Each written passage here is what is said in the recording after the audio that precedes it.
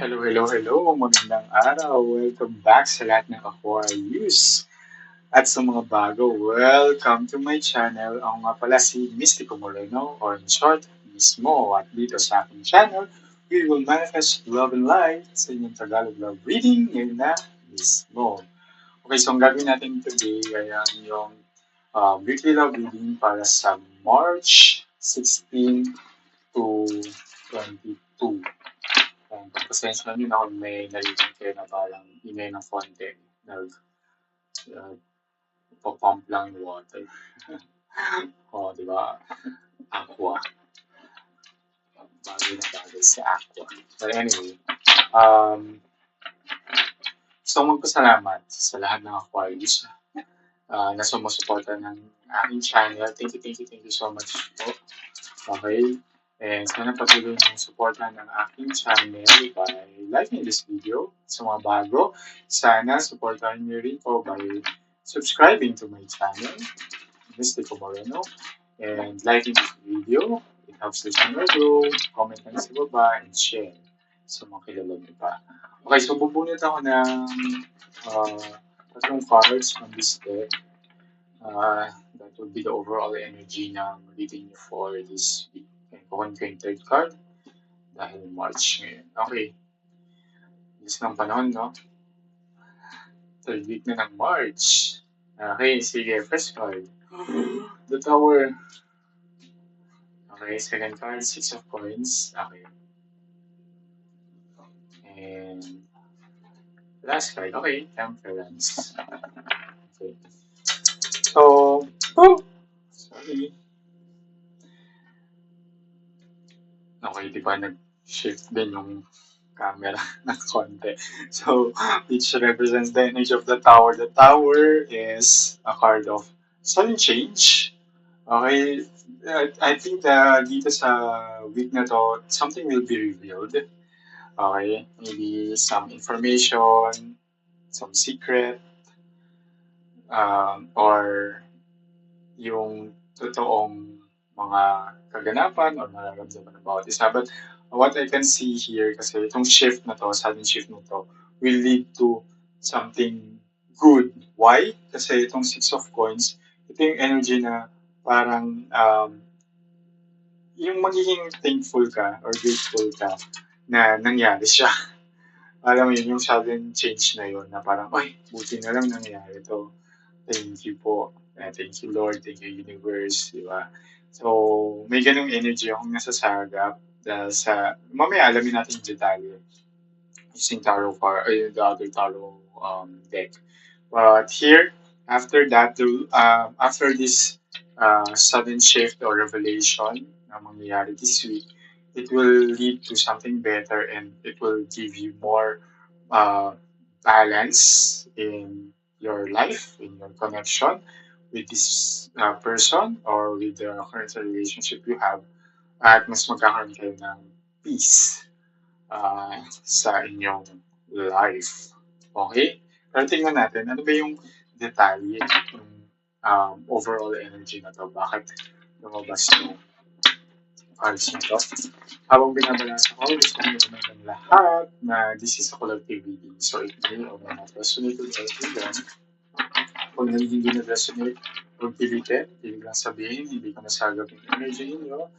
And abangan nyo na lang yung mga susunod ko pang reading. Baka yun yung resonate na or panoorin nyo yung mga videos na na-post pa in the past. Baka sabihin doon yung resonate sa inyo. Okay? Kasi tarot readings are timeless naman talaga. Okay? So, bubunot ako ng 8 cards from this deck. And interpret natin. Third card pa rin. First card, Knight of Cups. Second card, Two of Pentacles. Third card, Strength card. Okay. OC. No, OC ako. Ayan. Fourth card. Okay. Death card. Okay. Huwag mangamba. Interpret natin yan. Fifth card, the Star. Okay. Six card, five of wands,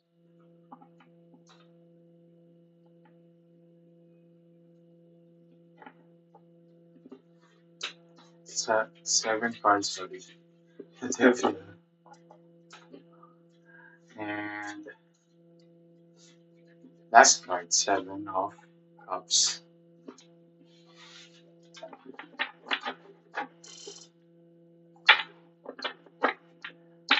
Bottom of the deck, wheel of fortune. Okay. All right. Sige. So first, there's a strong energy of Leo. Okay. Scorpio, Aquarius, Capricorn, and Aries, Sagittarius din. At nabanggit ko na yata yung Leo, Taurus, yan, saka Scorpio. Okay. So yung mga nabanggit kong signs, posible yun yung energy, zodiac sign ng person ninyo. Okay? Dahil yun yung strong energy na nasasagap sa reading nito. But doesn't have to, pwedeng ibang signs pa rin naman. Check ninyo yung um, Sun, Moon, Rising, and Venus placements ng person ninyo. Baka isa sa mga nabanggit kong sign ay sign nila doon. Okay? Sige, nagsimula siya sa Knight of Cups and nag-end sa Seven of Cups. So it's really more about emotions, feelings, okay? But may mga kailangan asikasuhin in between. Okay? And kaya nga nagkaroon ng tower moment because of something nakita ko dito din. Alright, so what I can see here, okay, itong connection ninyo kasi is full of ano naman, may unexpected na gagawin kasi yung person mo. I think yun yung, that's the revelation na mangyayari as shown by the tower energy. So, may unexpected siyang gagawin when it comes to na related sa feelings niya. So, I think um, kakausapin ka nitong person nito about uh, something sa mga nararamdaman niya towards you, towards the relationship. And I can sense na itong Two of Pentacles is something na talagang pinag-isipan din niya naman bago niya sabihin sa there's a may mga choices kasi siyang kailangang gawin. And I think yung choice na yun is um, something na will have an effect sa current situation niyo sa relationship. And I can see here that the universe is telling you to be strong. Okay?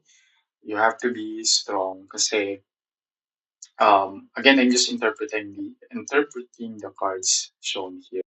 Okay? Kasi itong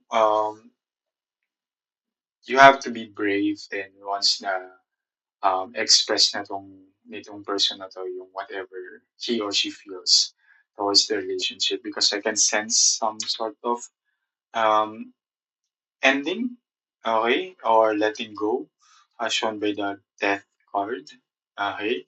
But again, this is something that uh, will transform the you as a person. And I can sense here kasi dito sa star actually is parang ikaw din ay parang inantay mo na lang na mangyari din.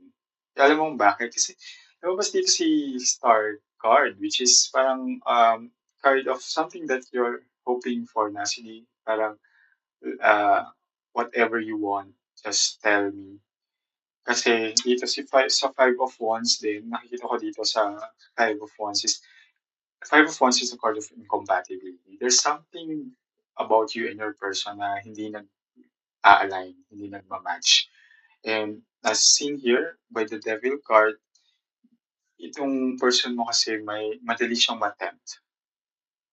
Okay, and I think related dun sa i-reveal niya o sasabihin niya sa inyo is about something related sa temptation. Something na na-tempt siya sa isang bagay, sa isang pangyayari, sa isang tao, okay?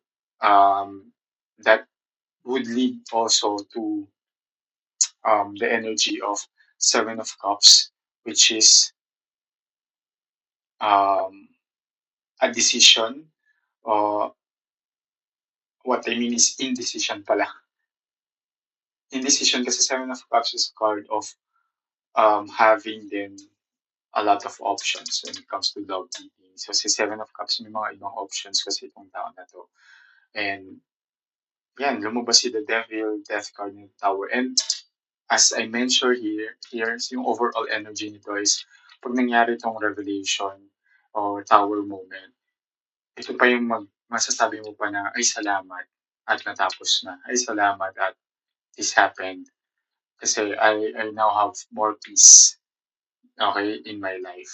Okay, once na nag-shift na to or 'di ba, nag-let go na tong tao na to. Okay? At of course, it's normal to be hurt, but there will be really peace. Yun yung sinasabi ni universe. And hidden here, yung energy ni Wheel of Fortune, it's bottom of the deck. You don't see it coming, but there will be more success, luck, and fortune coming into your life after this thing happens. Or happens. Okay? So it's still a good read kasi ang ending naman then is something really good for you. Okay? So sana nakatulong itong reading na to. Abangan nyo na lang yung mga susunod ko pang love reading dito lang sa aking channel. Ako si Mystico Moreno. Kita-kits na lang ulit. Ingat!